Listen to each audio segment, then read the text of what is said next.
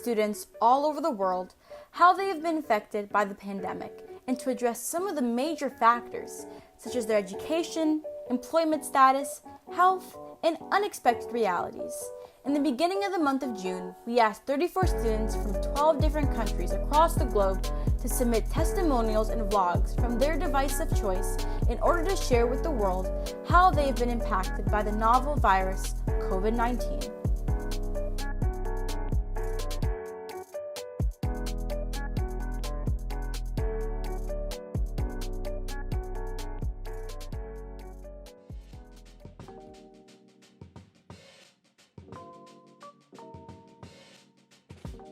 So first things first, I wake up in the morning at a very bad hour, like 12 p.m., 1 p.m., sometimes 2 p.m. Quarantine has really messed up my sleep schedule, but then I'll go downstairs and I'll have breakfast. So first thing in the morning, I always do yoga.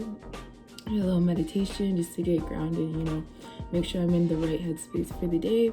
My morning lasts approximately an hour to an hour and a half because I wake up at like 10:30 or 11 a.m. in the morning. I do not wake up before 10:30. That has not happened since March, since before COVID. So for breakfast, I usually make a smoothie because I'm trying to have a better diet, especially with quarantine, having a lot of time at home. It can help me figure out new ways to better my health, and it's always great to do that with this virus going around. Usually my parents wake up really late too, just like me, so we don't eat lunch till around 1 o'clock. But then I usually get really hungry because I'm always hungry. So I have my breakfast here, which is just a little piece of pie with some milk. So I usually start my days, I wake up at like 6:30 in the morning, spend half an hour getting ready, and then leave about 7:10. So it's just gone 7 now, so I'll be getting a quick change into my work clothes, and then we'll be heading to work. So after breakfast, I'll usually check out the news, see what's happening with COVID and how many new cases there are, and just educate myself on everything that's going on in the world. And then I have a dog, so I'll probably take her out for a walk or play with her in the backyard. We have a lot of time during quarantine, so that's usually what I do. How has lockdown affected my life? I'm glad you asked.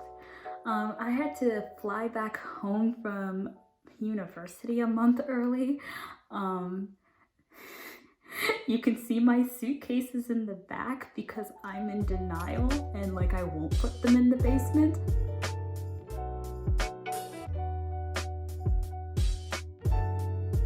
I'm Anastasia Dextrine. I was born in Toronto and raised in Gaspé, Montreal. And I'm a Grammy shortlisted singer-songwriter, film and TV actress, and Masters of Fine Arts student at New York University Tisch School of the Arts. The move to remote classes definitely required an adjustment. Aside from NYU's faculty and student body having 24 hours to make the shift, the idea of transitioning a performing arts school to a virtual medium felt strange. My graduate degree is in musical theater writing, and in essence, theater is about interacting with and within a physical space. Beyond that, if you think about script writing specifically, so much of the writing process relies on the feedback that you get from colleagues in the room. So one of the biggest losses was the luxury of being able to cast fellow actors and classmates and see our theater writing play out in that physical space.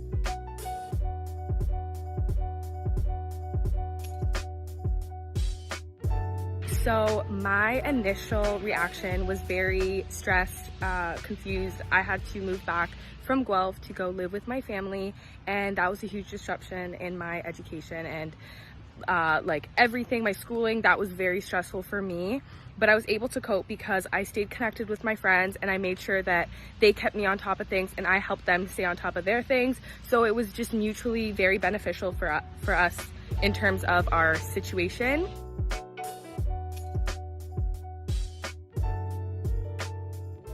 My name is Nicholas Andre G. Johnson. I'm 22 years old from Montreal, Canada. I just completed my undergraduate degree in operations research and financial engineering at Princeton University, where I graduated as valedictorian of the class of 2020. Currently, I'm an incoming PhD student in operations research at MIT, where I plan on researching new analytics tools to solve important problems in healthcare and in finance. When the pandemic was formally declared in March, Princeton asked all undergraduate students to leave campus within a period of roughly 7 days, after which point we transitioned to online learning for the remainder of the semester. And that transition really posed its own set of unique challenges because not all students have the ability to return to a home environment that is conducive to meeting Princeton's very high academic expectations.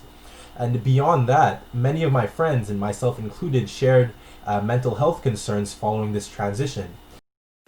This one is maybe a more personal one, but at my school in the 6th year, we go to a trip to Warsaw, Poland, and then to Israel to commemorate the 6 million Jews who have died during the Holocaust. This year, because of COVID-19, we could not go.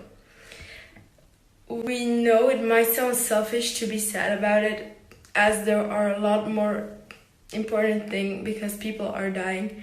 But it was heartbreaking as the only last moments that we would have together as a group were ripped away from us. I'm one of the lucky ones in that I live off campus. That's the case for most graduate students at NYU. So most of us were able to finish up the semester from the comfort of our own apartments in New York. Undergraduate students, however, weren't so lucky. When the university was required to vacate dorms to make room for additional hospital beds, students living on campus were given 48 hours to clear out. Hi, my name is Luciana de Colmis. I'm originally from Bolivia and I'm currently living in the Dominican Republic. So my graduation was supposed to happen in mid-June, but it has been postponed to mid-July, and it is going to be happening strictly with only students. So even though I am grateful that it's going to be happening at all this year, it is very unfortunate that we can't share it and we can't experience it with our parents and our families and our teachers. It was extremely overwhelming to have to coordinate how to store all of my belongings and ensure that they are ultimately shipped safely to Boston, the city that I'll be moving to in the fall, while also having to complete my midterm exams at Princeton and doing my best to savor those last few moments on campus with individuals who have played an incredible role in the past 4 years of my life. Hello, my name is Geneva Hines and I'm a co-producer and editor of this documentary. I'm also a first year going into second year media production student at Ryerson University. So in relation to how coronavirus impacted my living situation in relation to school, I am living in a building, or I guess I was living in a building that was a 12-month lease. And essentially what that means is I was going to stay there for school, and then I was going to stay there in the summer in hopes of just getting a job down there and just staying there.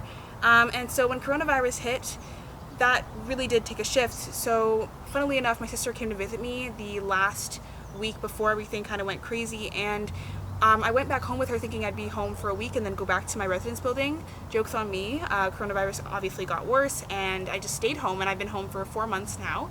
And so my family and I actually went back to the building that I was living in and packed up everything because I'm no longer living there.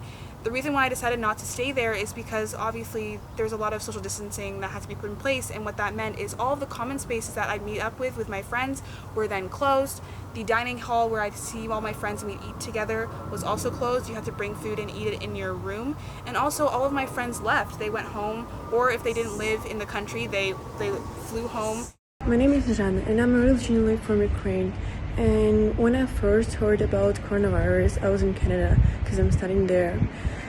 And honestly, I didn't feel anything on me, like I didn't feel like something changed because nothing was closed and life was usual.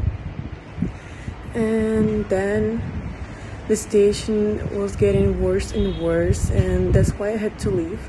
And I left Canada in the end of March and I came back to Ukraine.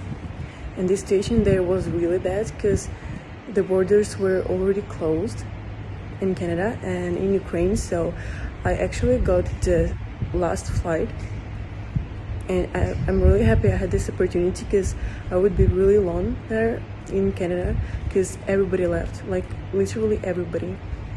I would just stuck in my room for 3 months. A few days ago, ICE, which is the U.S. Immigration and Customs Enforcement Department, announced a new policy that stipulates that international students will have their visas revoked if they aren't enrolled in at least one in-person class at their university in the fall, which means that there is a very real scenario in which I won't be able to move to Boston in the fall to begin PhD studies. I might have to remain in Canada. So in the beginning, when we first started quarantine, as a college student, I was still in school. So it was hard to be an art student and stay motivated and find ways to come up with different art pieces. I'm in photography, so I had to shoot new things, and it's hard to shoot things like in the house because you're limited to the amount of things you can shoot and different aspects of it, like behind the scenes lighting and things like that. So that becomes difficult. I haven't been able to do online classes because my program's very hands-on, so it's not possible to like do through a computer, but it just means I get a break.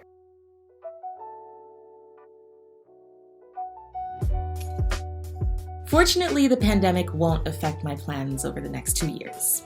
I'd been working acting, touring, and promoting my album Best Life up until starting at NYU last fall. And had I not been in school at this time, it would likely have been a different story. As luck would have it, from a career standpoint, this is the best time to be wrapping up my studies. The industry has slowed down. Upon completing my master's, I plan to do a second master's in journalism. And hopefully by the time I'm done with school, things will have somewhat returned to normal.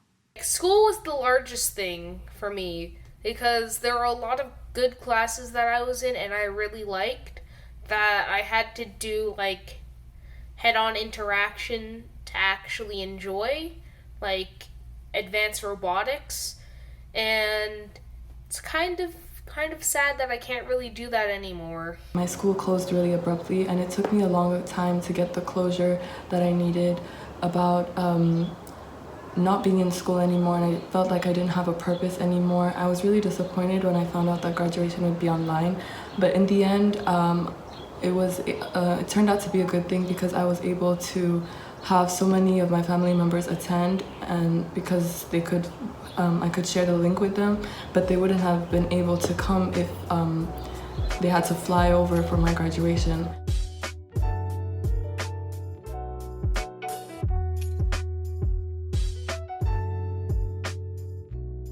Hola, mi nombre es Mariana González Chavero, soy de México.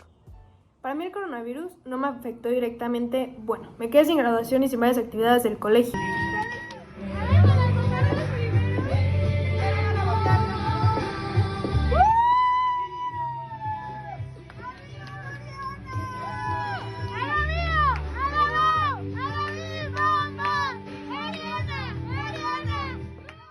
Hi, it's 8 a.m. on a Monday morning and I'm currently on my way to school. So before COVID, I used to take the public transport, but now my mom sends me to school every day to reduce the risk of transmission. Okay, so now we are walking to bio lesson and we are standing in the straight line with 1 meter apart because social distancing!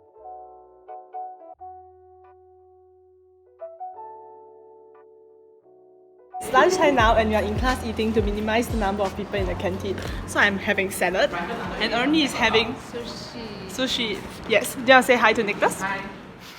No! Oh my god, look at how empty the canteen is. Hello! I love PE!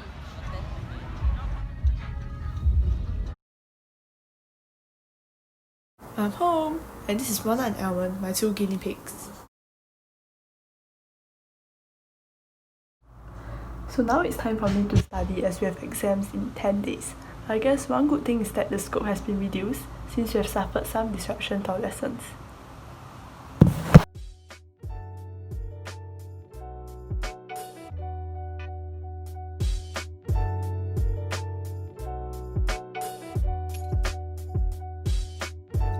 Hi, I'm Daniel Minot from Kingston, Jamaica. I'm a grade 12 student at the Immaculate Conception High School. And I can say that COVID-19 completely shut down everywhere down here on March 12th. So on March 12th, my school shut down, every other school shut down, businesses, institutions, everywhere. we were put under like quarantine March 12th. And I remember saying to my friends, I was like, a break, finally, because we were so stressed because we had upcoming exams in May, but we had like a mock exam to prepare. So we were so excited and we're like, finally, a break, right? And then 2 weeks passed, 3 weeks passed, 4, a month, 2 months, 3 months.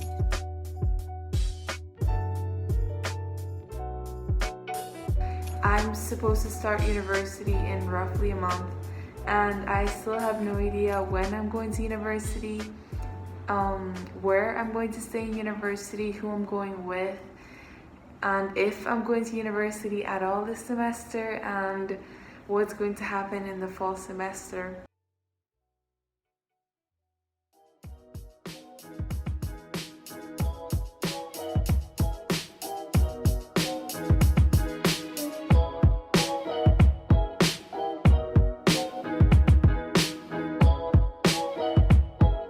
Right, so we've just got into work and I need to start on my little chores for the morning and early afternoon, so a bit of maintenance and grass cutting. So I'll be doing a lot of grass cutting today, so I'll be using this as my specialty around here. I'm the groundskeeper basically, but yeah, so we're just going to quickly take care of those jobs and then we'll be able to get to the fun stuff. So I will see you then. I knew that I needed something to do to fill out on my to-do list and just something to keep myself busy with. So I decided to start a chapter of an organization that was committed to ending period poverty.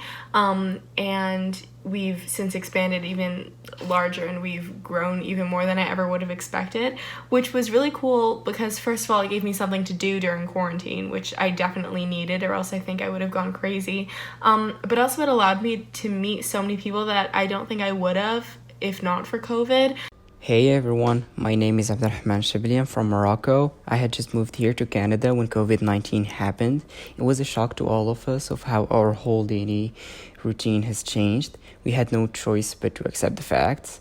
I didn't have many friends at the moment. I only had a few who lived in Ottawa, whereas I lived in Gatineau in Quebec. It was hard to see them during the quarantine, but instead I found ways to transform the situation and make it as productive as possible. So I started learning programming languages online and some of my future university courses and so on. My day-to-day in quarantine basically consists of trying to keep myself busy, of trying not to overthink, trying not to develop a negative mindset, and trying not to stress about all the things that I can't control. I will see what assignments I have to do. So I'm doing an online course for my program, so I'll work on assignments for that, or I'm also doing an internship, so I'll see if there's anything there that needs to get done. I'm addicted to DIYs. I've just been face masking, hair masking, online shopping. It's a mess, but it's a relaxing mess. As a creative, you learn early on not to wait for inspiration to come. The entertainment industry is ruthless, and no matter your craft, the longer you take to perform, the more jobs you lose. Everyone who looks through my agenda is absolutely horrified. Between the online classes, rehearsals, guest seminars, collaborative meetings, advisor check-ins, on-campus jobs, online performances, recording time slots, writing deadlines, auditions, competition submissions, and on top of all of that, regular life responsibilities, it's just too much. That said, I love being busy and I love what I do. So I'm convinced that the hard deadlines are what pulled me through. Hi, my name's Hannah Keating. I'm a 21-year-old student living in Dublin, Ireland, and this is what my day is like now in quarantine because of COVID-19. So it's a little after 11:30. I just showered, that's why my face is kind of red. I've done my makeup and I'm about to start working. So I teach web coding. I usually do it in a classroom to kids, but I'm doing it on Zoom at the moment. So I'm going to do that until about 1 o'clock and then I'm going to go make myself some lunch. So I'll see you after then.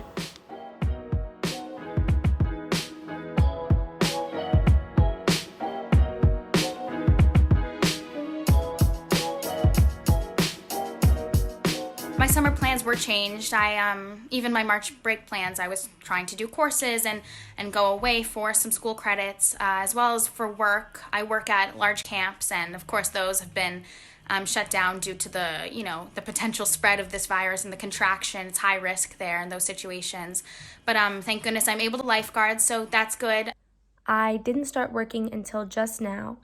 I usually work every summer as a tennis camp instructor, and we've just started, and we have to make sure that the kids remain socially distanced, and I have to remain distanced from them, obviously. We have to use masks. My everyday life during the pandemic was very lonely until recently I got a full-time job. So I do work at 9 to 5 every single day, Monday to Friday, and that has been very helpful because it allowed me to get some exercise in, to be social, and to just not be in my house all 24/7. Throughout the pandemic, I've been able to take some interesting things away. Been having some time to self-reflect more than usual, read, listen to podcasts, do things I normally love but really didn't have much time to do, which has been interesting to see different perspectives of around the world how this pandemic is affecting different people. And so that's really helped me kind of get through this and appreciate my current situation. So as a rep soccer player, these last couple of months have been difficult since we have not been able to practice for 3 months. For me personally, what I've been doing to stay fit is I've been going outside in the backyard, playing soccer with my sister, and it's been pretty good. Hopefully soccer can start up again. I've heard that we're gonna go back to practice soon, but I don't know how we're gonna be able to play the game since soccer is a contact sport.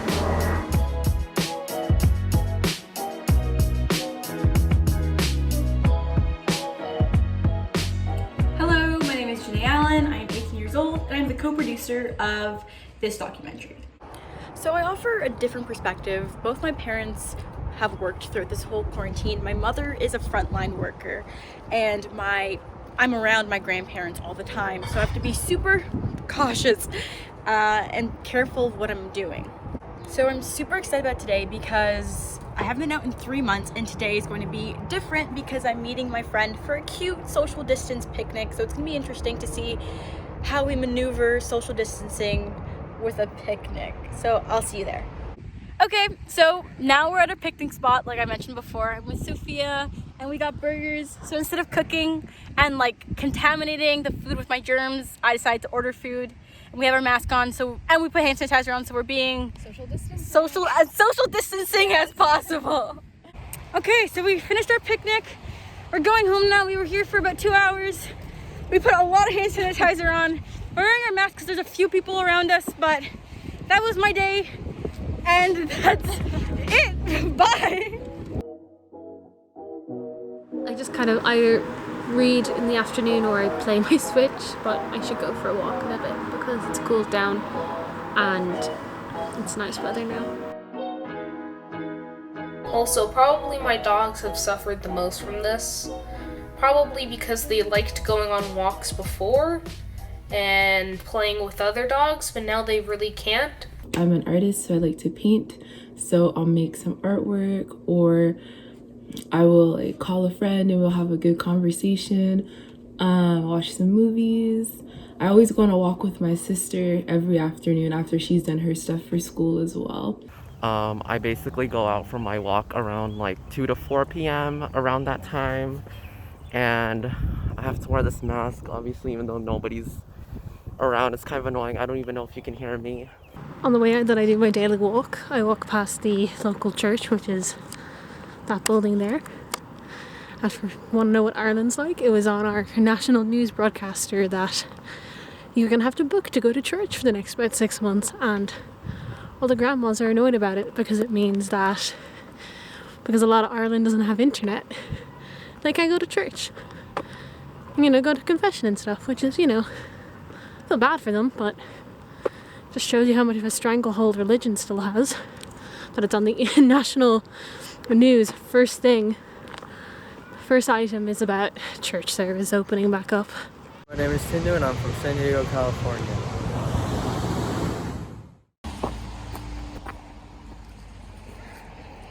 This is Robin. Good morning. Did you get your mask? Yeah. We have arrived at In-N-Out, the famous California burger place, and as you can see, there's a very long line. There's Kaden. As you can see, there are people dining in, but we have elected the safe route, and we are picking up at the drive-by pickup.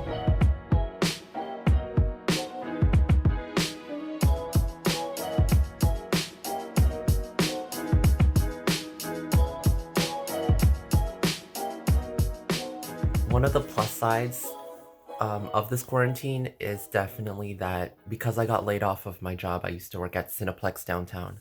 I was able to get Trudeau money, that's what I like to call it.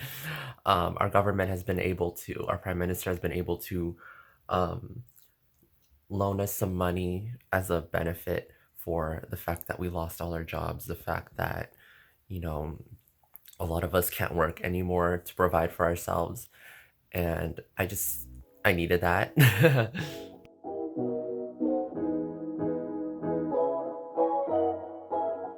Alright, it's about 10 to 3 in the afternoon right now. I've got all my little maintenance jobs for today done, so just a bit of maintenance, cleaning, grass cutting, making sure things are organised, you know, that kind of thing. So that's all done. So now for the next couple hours I'm just going to do a bit of drafting. Right now I'm in the process of making my own suit, so matching, I've double-breasted jacket with matching pants. Very excited to do it. I've been meaning to do that since March, so I'm really glad to finally get round to it.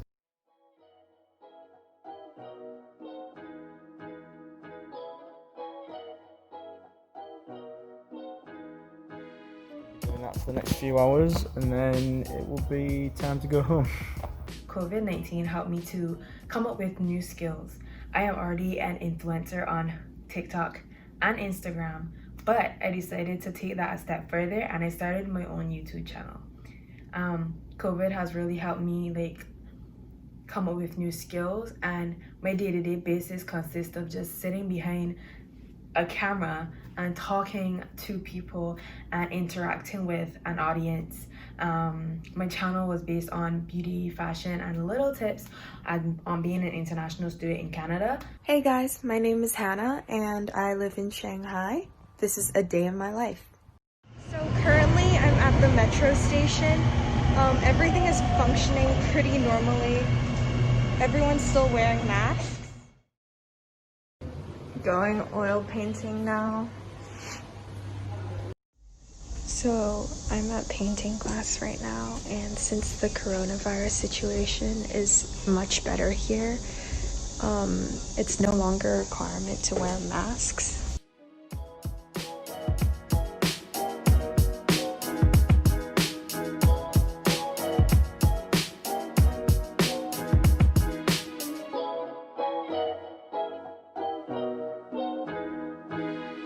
I just finished high school and I have a job that I'm working at this summer at Dot Furniture, but today's a day off, so I won't be at work today. Today I'm cleaning my car, so I'm doing chores, and I'm also going grocery shopping.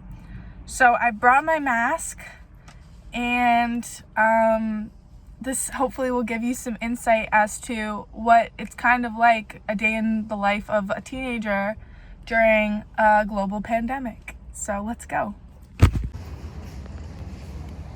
I just finished my grocery shop, so I'm just loading it into the car now. It's really interesting to see the difference between the grocery stuff, the grocery stores before COVID, because now there's so many restrictions and rules as to how you go about the store. There's arrows directing you, so it was very different. So I just finished painting class and now I'm on my way to get lunch with some friends. The coronavirus situation is much better now here in Shanghai. So it's generally safe for us to meet each other and grab lunch. And obviously we're really careful in terms of meeting strangers. We always wear masks, so among us there shouldn't be an issue with safety. So I just finished hanging out with my friends. It's almost 6 o'clock now. It's important to note that we don't really hang out that much. Today was a special occasion because one of my best friends, she's leaving for the UK tomorrow, so it was kind of like a goodbye lunch. Hey, my name is Brooklyn Carr, and I'm from Atlanta, Georgia. Today, me and my dad are walking around Little 5 Points and going shoe shopping. This is a store called Wish. It basically sells streetwear, and to go in, you have to have a mask on, and only 4 people can go in at a time. We didn't get anything, but I love going. And this is Little 5 Points in Atlanta. And then we went to Trader Joe's to get lunch, and once again, you have to wear a mask to go inside, and only a certain amount of people are allowed inside at a specific time. So I went to the stores the other day, and I found it really interesting to see how they tried to communicate with people coming into the store on how to properly behave and how to follow the protocols. It was interesting to see the amount of people who were allowed in the store at one time. Also, the lineups that form outside of the different stores. It's crazy. Like, there's very, very long lineups because of the amount of people that you're allowed to have in the store. Also, the sanitizer and sometimes checking your temperature before you go into different places. And also all of the signage. It's insane the amount of signage that is put around on the floors. You can see the 6 feet apart, or you can see pictures of wearing a mask, people wearing masks to promote the importance of being safe and making sure to keep others safe. So it's really interesting. But one of the other things I find fascinating is, even though there's all of this signage around saying be mindful of other people, make sure that you stay safe, people seem to not really care. Not everybody, but some people seem to be going around without their masks, and it's upsetting to see. And the point of a mask is, as you probably know, it's not necessarily to protect you, but to protect others from you. And so if I'm wearing my mask but somebody else isn't, then it's not really fair to have people who don't really think that it's going to affect them, because in all it's affecting everyone.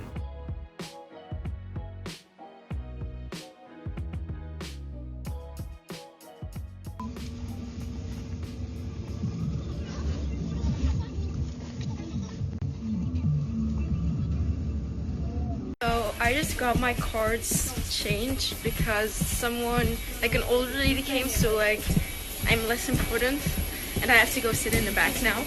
And our flight almost got canceled because it was overbooked.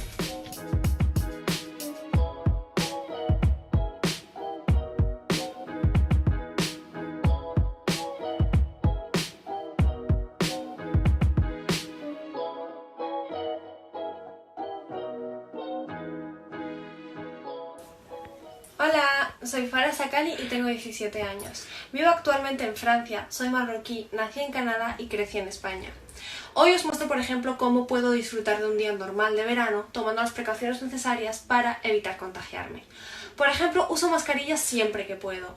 El gel desinfectante es algo imprescindible en mi bolso y cuando es posible evito los lugares que están muy llenos, aunque últimamente está siendo muy complicado. This is what my day looks like watching the real-time views on my channel, and this is basically a day at work for me, going in to edit various videos. And as I said before, basically standing behind this camera and engaging with the audience is basically my day-to-day life in quarantine. And also TikTok dances, because why not? In terms of screen time, the amount of time I spent on my devices has been outrageous. I've taken a look back and I realized that I've been on it too much, being on my phone for FaceTime calls with my friends because I couldn't meet up with them in person, me being on my computer for work, for emails.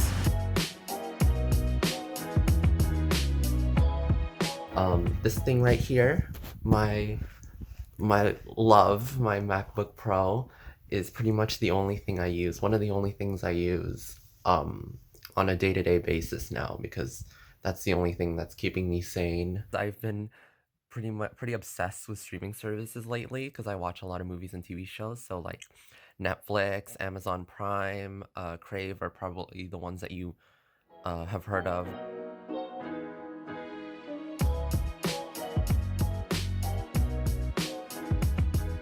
Okay, so I'm back in the car now, I've loaded everything up in the trunk, and I'm going home now to do some chores because COVID-19 has kind of opened up a lot of free time for a lot of people. We've decided to kind of do stuff around the house that we wouldn't get to normally. I took the GO train to go downtown to socially distance to meet up with some friends.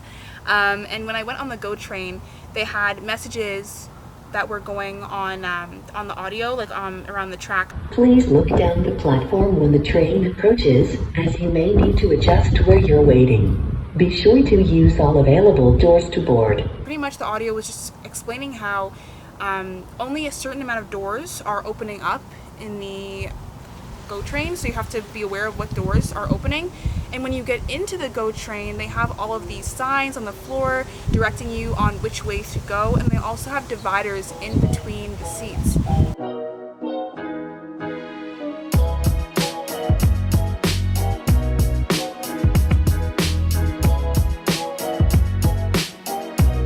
Going into the subway, they don't have these types of dividers, but they do have signage on some seats advising you not to sit there to encourage social distancing on the subway.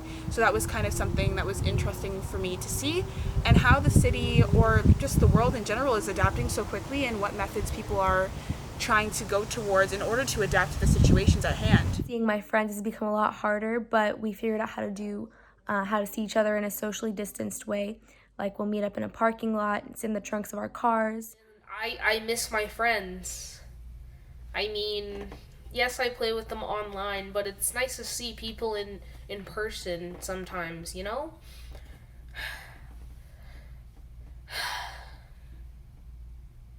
Yeah. COVID, man. The nice thing about being in Manitoba right now is that because we shut down so early, we only have 18 active cases right now, and that's higher than we've had in the past few weeks. So it's allowed me to go outside with a lot less fear about the virus than I would have if I were going outside in Toronto, because it's less likely that someone's going to get me sick. Yeah. So it's just gone 7.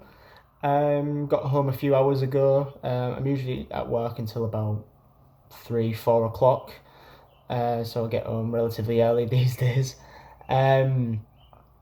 But on the night times, I'd just like to take it back a step, relax a bit, and just think about what I'm going to be doing tomorrow. I take my days one at a time, day by day. So tomorrow I know that I've got to finish the final patterns for the suits and get everything prepared, make a list of types of fabrics and notions that I need, and then go out fabric shopping on Friday and try to find that final fabric, that perfect fabric. So if I could sum up the this time since everything went into lockdown, it's been strange, but it's also I've found it to be very beneficial for myself, because it's kind of eliminated those distractions around me and forced me to focus on my trade and my craft, and to just practice more, and learn new skills, learn new techniques, learn different materials, that kind of thing. And I've really enjoyed it, and I think I've really pushed myself in a way that I don't think I would have if this didn't happen, strangely enough.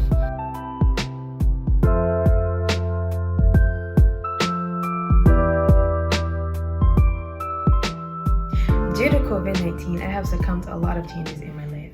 A lot of mental health issues, a lot of physical issues, and I really had a problem with coping in quarantine.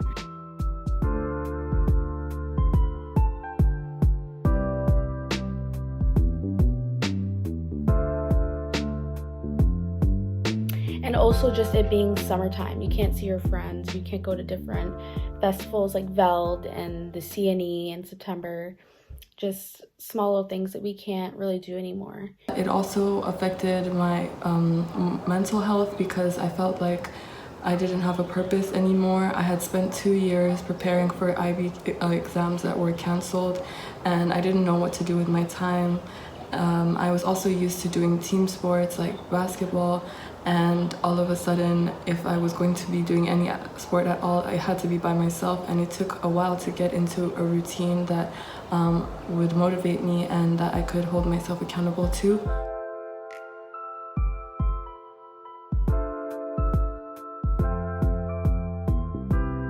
With all the free time I have, I don't do much. Like, I don't have much motivation to leave the house. So I ended up doing a lot of studying, and it's been pretty good for my grades.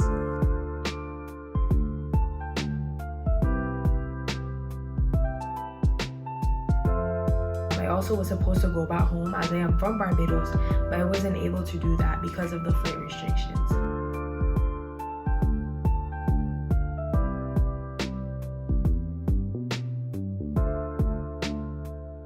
I think that this quarantine and being stuck inside, while it has been good for my grades, it's also been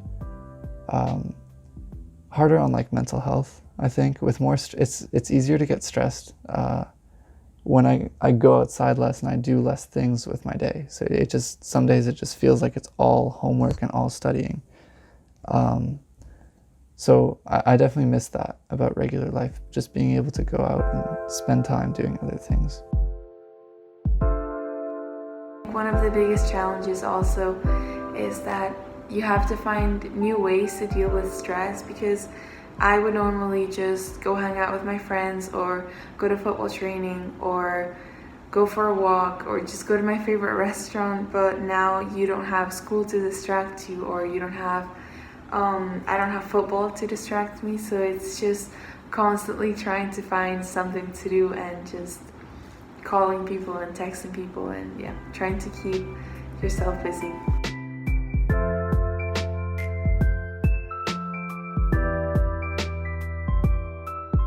Honestly, I'm grateful. It could be so much worse for me, I feel. Like, I think the one thing that's been like keeping my positivity intact is just thinking like, oh, you're bored? It's a privilege to be bored. Or like, oh, like you miss your friends, where it's like, okay, well, you're gonna see your friends at the end of quarantine. At least you and your friends aren't going out getting sick, you know? Hi, I'm Atheres Vasilin, and I just wanted to talk about how quarantine actually bettered my mental health. I'm someone who struggles with mental health that makes my brain very scattered and clogged, and I just kind of always hoped for some sort of pause in my life that I could take to better my mental health. And so quarantine actually came and provided the perfect pause.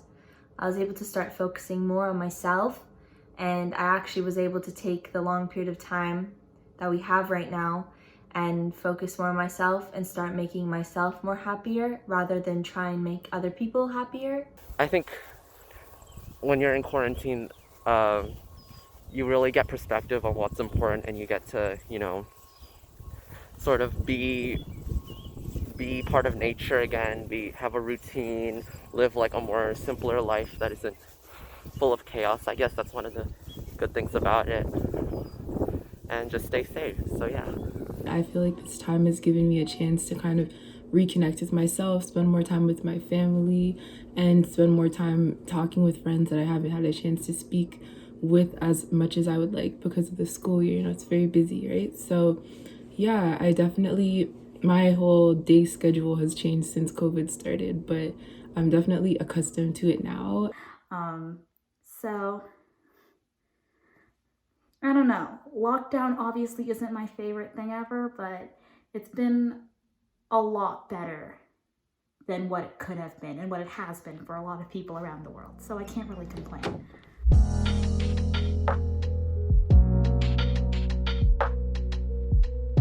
I usually go to Portugal in the summer, as my family does live in Portugal.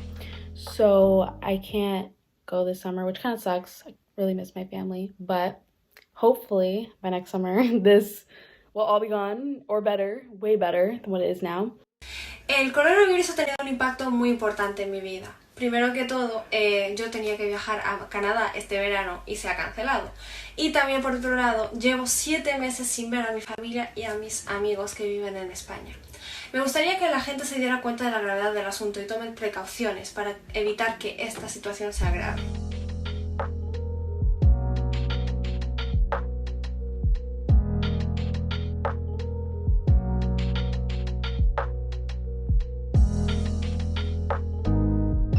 Something that was difficult in this transition is that my father is a police officer and he did have to continue going to work during the pandemic. It created a weird tension and strange dynamic between my family just because he did have to self-isolate and separate himself from the rest of the family. So it was very sad and lonely, at least for my father it was. And that slowly changed when he had to get tested, and when that came out negative, it was kind of just a breath of relief for the family because we got to hang out with our father. Of course, there's been some large adjustments, and as people, we have difficulty adjusting to different things, especially when it has to do with our behavior. Sometimes there's a lot of resistance to change and adapt to certain conditions, and of course, socially, having to limit your interaction with people that you love and care about has been so difficult for everyone. But there's also been so many other impacts on my own family personally and everyone around the world, and everyone's experiencing it differently. Financially, there's been some difficulty with my parents' jobs. It's difficult to make money when you're not able to actually go and execute your job, especially if you're traveling for work or if your job is dependent on you, going across borders in order to make money and provide for your family.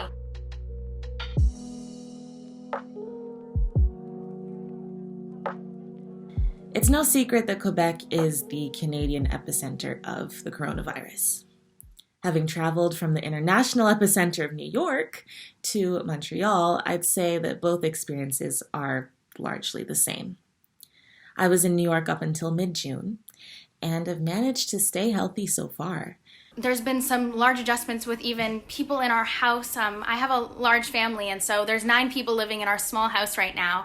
We had to let someone into our home a part of our family, who was not able to stay with her family anymore. So of course, we accommodated that. She has her room, which also meant that, of course, everyone else had to switch their rooms around. So it's been a difficult living situation, but we're all getting through it. We're all trying to, see the positive sides of this. And we're so fortunate to be in a position where we can see positive sides to this, and where home is not a scary place or a dangerous place even for us to be.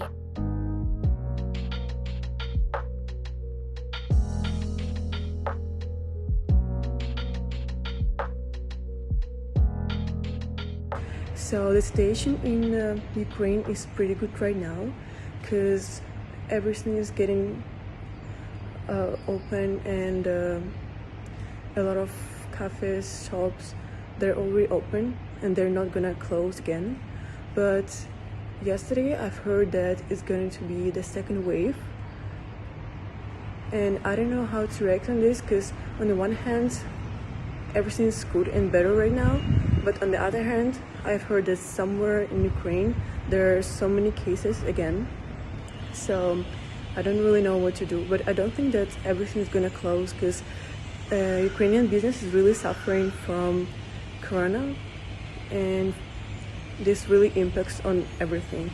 So that's why I think nothing's gonna close again, and if even we're gonna have a huge second wave, it's gonna be the same, like different institutions gonna be as open as there now. So yeah, I hope everything's gonna be good because I really want to go back to Canada, and I hope that borders are gonna be open soon. I really hope for that.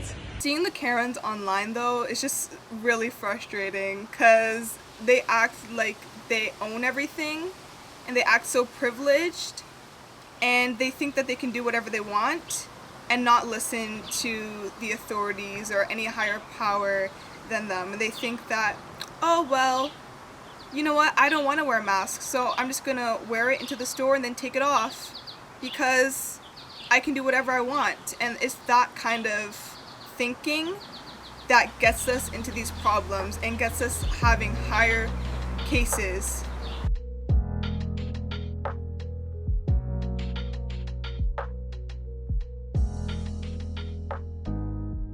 My advice is, please do not let this deeply affect your routine and your state of mind.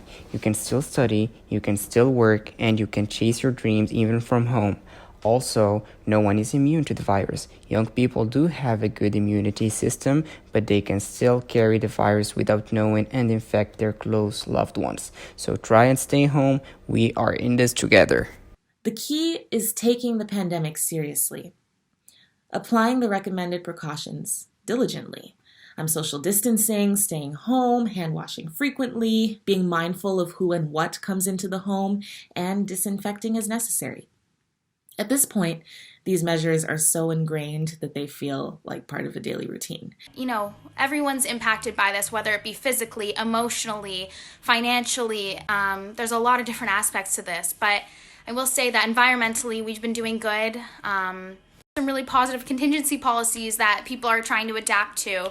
And there's also a lot of social change happening right now. And so where it may seem like a difficult time in the world, I think there's a lot of progression that we're really trying to push for. And I think being able to be a part of that in any way we can, virtually or, you know, physically, whatever we can do, to be involved and make sure that other people are feeling comfortable and safe in their own homes, in their own countries, is really something that is super important to do, especially in a place where we are more privileged than other individuals.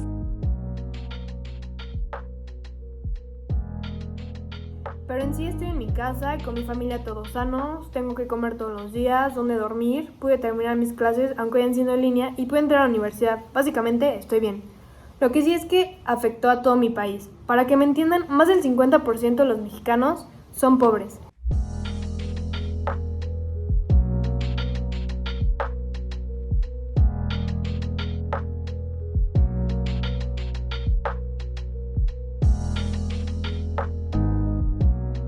Viven de lo que ganan al día y tenemos un gobierno con un índice muy alto de corrupción, lo cual hace que no haya apoyo hacia los mexicanos. Entonces la cuarentena nunca existió en México.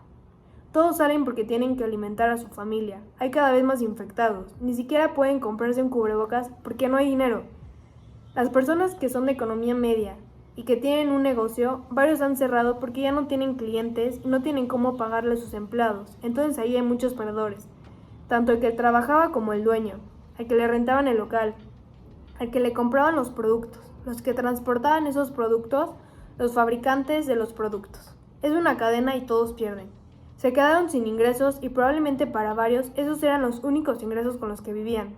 Y los que tienen dinero y tienen una empresa siguen pagándole a sus empleados, pero con sus ahorros, y no sabemos por cuánto tiempo vayan a durar esos ahorros. Me preocupa que en lugar de mejorar estamos empeorando. Y no sé por cuánto tiempo esto vaya a afectar a mi país. Si no me equivoco, esta va a ser la peor recesión que México va a vivir.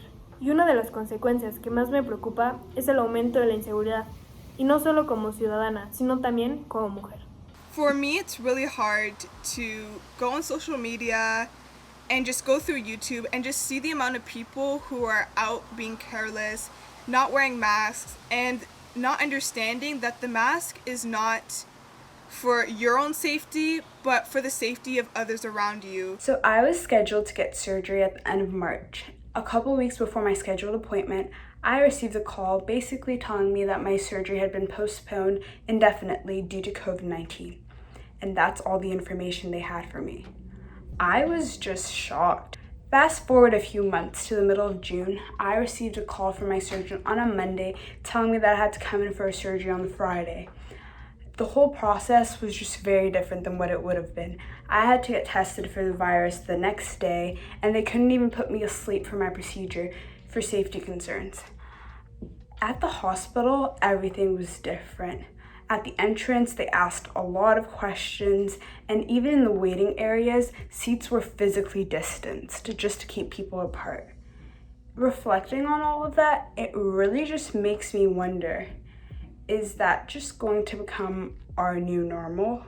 I do think that individuals around the world have learned an incredible amount during this pandemic. On a societal level, we've learned about the shortcomings of healthcare systems around the world. We've learned about the fragility of global supply chains, and we've learned about the unfortunate consequences of inaction in the face of global crises.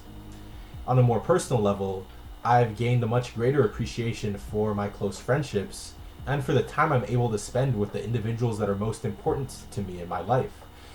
Because the reality is that oftentimes our time in this world is far too short. My advice to incoming university students is that no matter how deliberately you act every day, the world inescapably presents us with challenges and setbacks that inevitably disrupt existing plans. Though unexpected, These occasions often prove to be defining moments in our lives. In the face of unexpected events, it is critical to adapt, to adopt a long-term view, and to have faith that by taking the appropriate steps, the future will be brighter.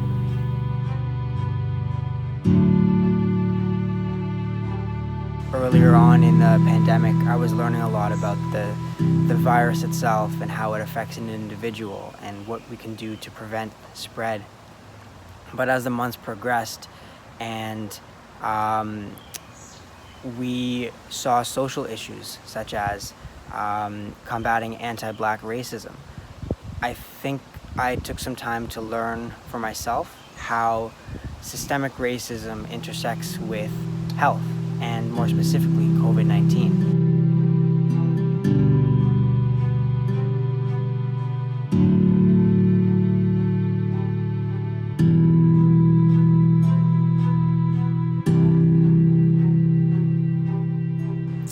Black communities have a real fear of interacting in the healthcare system due to past discrimination, and it also makes it harder to get the healthcare you need. And there's evidence that shows racialized patients in the hospital who have been either had their symptoms neglected, which led to poor health outcomes or even death.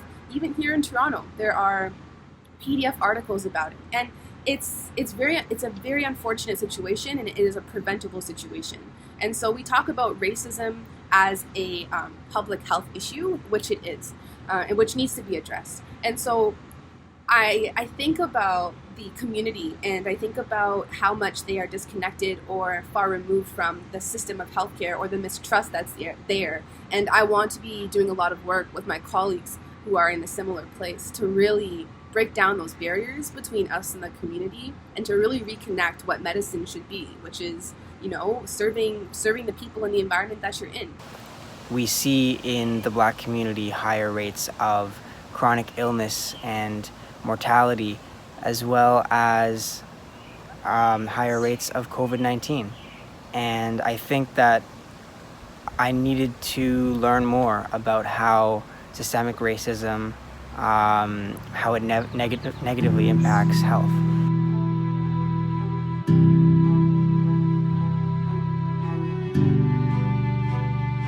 When I think about what's been happening in healthcare in relation to this pandemic, I think about a very popular quote, which basically says that a measure of one's society is how it treats its most vulnerable.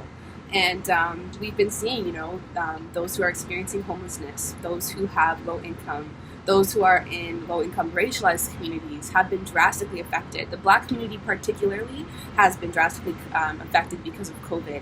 And it's also hard to get access to healthcare when you have to continue working. And these are the low-wage jobs that are at high risk with no PPE or a lack of PPE for a long time.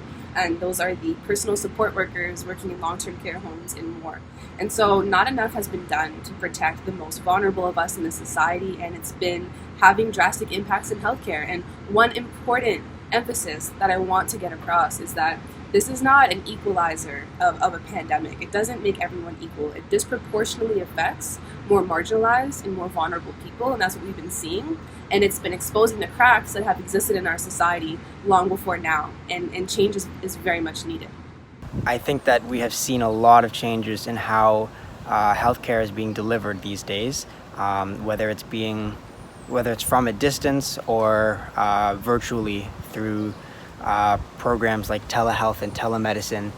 And I think that is technology has really kind of revolutionized the way we deliver healthcare. But it really has made me start thinking about the extent of community involvement that I want to be engaged in as a doctor. I feel like many times, depending on where you are, it's like the field of healthcare or doctors are so far removed from the communities that they're in. And oftentimes there's community members who feel like they're not being heard, or who have a resistance to wanting to even seek help. And I'm pretty impressed that a lot of medical schools now, including my own, are changing their curriculum to include these, the research, as well as, how to be an ally in the medical profession, because racism lives on today, and it has a very tangible effect on the health of our population. And I think that I hope to learn more throughout my career because I don't know everything and I can't expect myself to just yet, but I am excited to learn more throughout my career to help serve my patients better. When I think about, a lot of people saying, the pandemic doesn't affect me, it makes me think a lot about when people say that they don't care about politics. And with both phrases, you have to recognize it's a privilege to say both things. It's a privilege to say the pandemic doesn't affect you because that directly means you're not a low-income wage worker or a frontline worker. You may not have immunocompromised close loved ones or family members. You may not be racialized. You may not experience anti-Black racism or institutional or structural racism or environmental racism.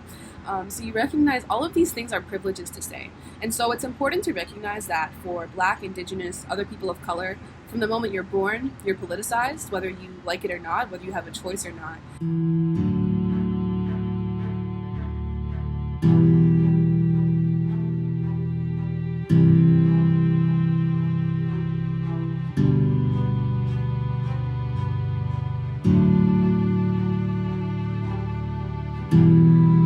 Another point I want to get across is that we need to really augment and improve our sense of community solidarity and collectivism because, if you compare Western and Eastern cultures, even the houses in some Eastern cultures, they don't have walls, there aren't as much division, you all eat from the same plate. And in the West, we're very individualistic.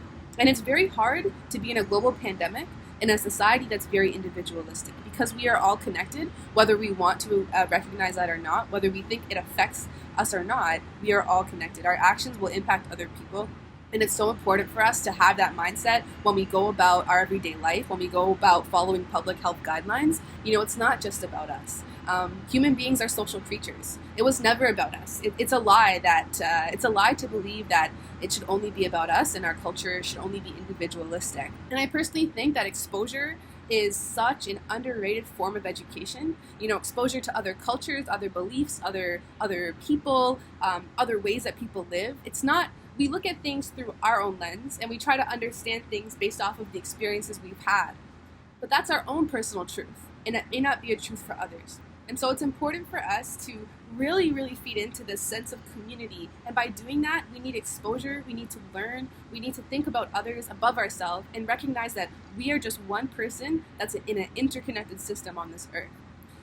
It's a lie to think that it's just about us. And so to think that the pandemic doesn't affect me or politics doesn't affect me, it's unfortunately, it's not true. It affects everyone, and we need to be thinking that way.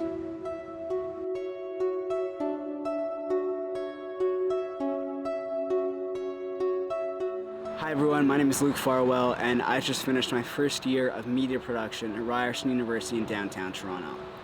Now obviously the coronavirus has affected pretty much everyone and our day-to-day lives, like school, summer jobs, but one thing that people can still very much do is pursue their skills and interests during this time of isolation. So a couple of things that I've been doing a lot of is biking and photography and also videography on the side as well. So today in this little mini vlog, I'm gonna go through a couple of those things, show you what I like to do. First thing on the agenda today, we're gonna head to the park, fly the drone, snap some photos. It's gonna be a good time. Let's head over.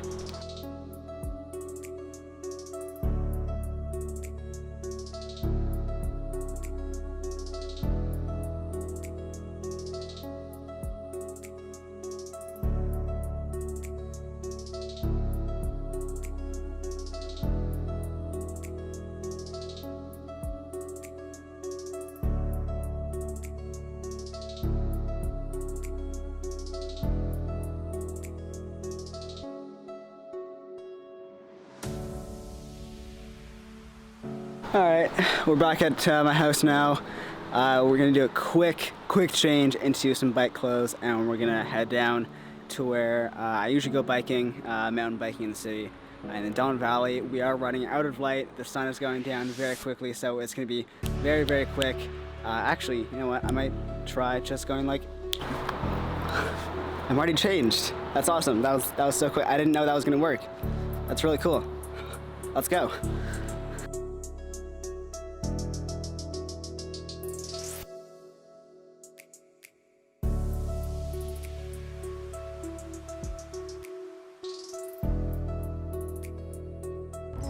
Alright, so I'm not done my bike ride just yet, but I am down in the Don Valley of Toronto, specifically the Crothers Woods Environmental Trails. Now these have some pretty cool mountain biking trails. I would always come down here with some high school friends. They're the ones who introduced me to this area. I love photography, specifically using drones. So I brought my trusty DJI Mavic Air, not sponsored, and I'm gonna give it a fly and see what kind of photos and videos I can get.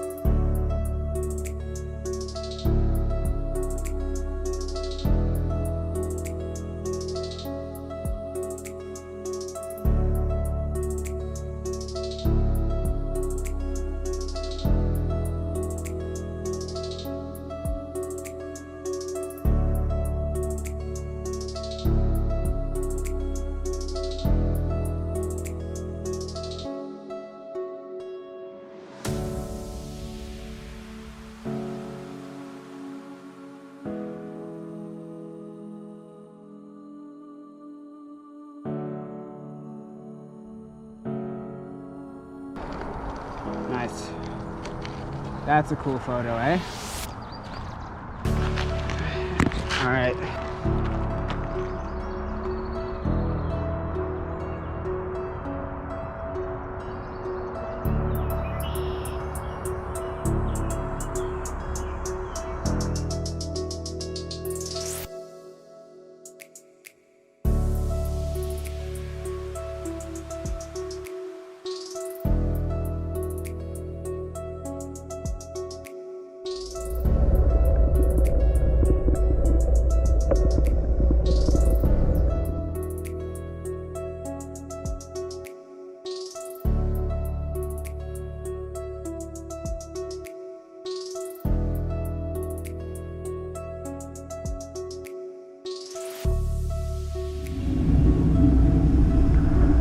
Across the street. Huh. Wow. Well, I'm home. I'm home now. So that's good. Hey everyone, thanks so much for visiting me for a bit today in my day-to-day routine. I loved going down to the Don Valley today for a really cool bike ride. Probably go in tomorrow because it's really fun down there, and odds are I'll also be taking some more photos. So thanks again. Remember, stay strong. It is a very difficult time, but we'll get through it all together. Thanks again. See ya. Whether you're from the Dominican Republic, Ireland, the United States, Singapore, or Canada, we've all been impacted by COVID-19. It has been a wake-up call for all of us on so many levels. Spending time in quarantine has made many of us realize the precious parts of our lives we previously took for granted. It has also laid bare the holes in our societal structures that have seen the most disadvantaged disproportionately impacted by the virus. Although the world has been subjected to cultural and social upheaval, one thing has remained the same, and it's the strength in the relationships with our families, friends, and community members, in addition to the gratitude we have for our rights and freedoms. This documentary was executed with the intent to highlight how COVID has impacted the lives of students all across the globe. Through their words, we hope you've seen that no matter where you live, we are all connected, and the actions of one individual can deeply affect another. Changes to our education, mental health, and ability to work are but a few of the unexpected realities that impacted our future plans. The virus took away our proms, traditional graduation ceremonies, summer jobs, and summer trips. And while these monumental events represent a rite of passage for adulthood, the most important thing is flattening the curve. As we finish this documentary, COVID-19 cases are spiking in places such as South Africa and Australia, or continue to rise as in the US. The future is still uncertain, but we do know this: We are affected. We are affected. We are affected. We are affected. We are affected. We are affected. We are affected. We are affected. We are affected. We are all affected. We are affected. We are affected. We are affected. We are affected. We are affected. We are affected by COVID-19. Despite being affected by the virus, our generation is powerful and influential. When we put our minds to something, we can achieve anything. This is not a time to be divisive, but unified. So wear a mask, wash your hands, and stay safe. We'll get through this together and emerge from it stronger than ever.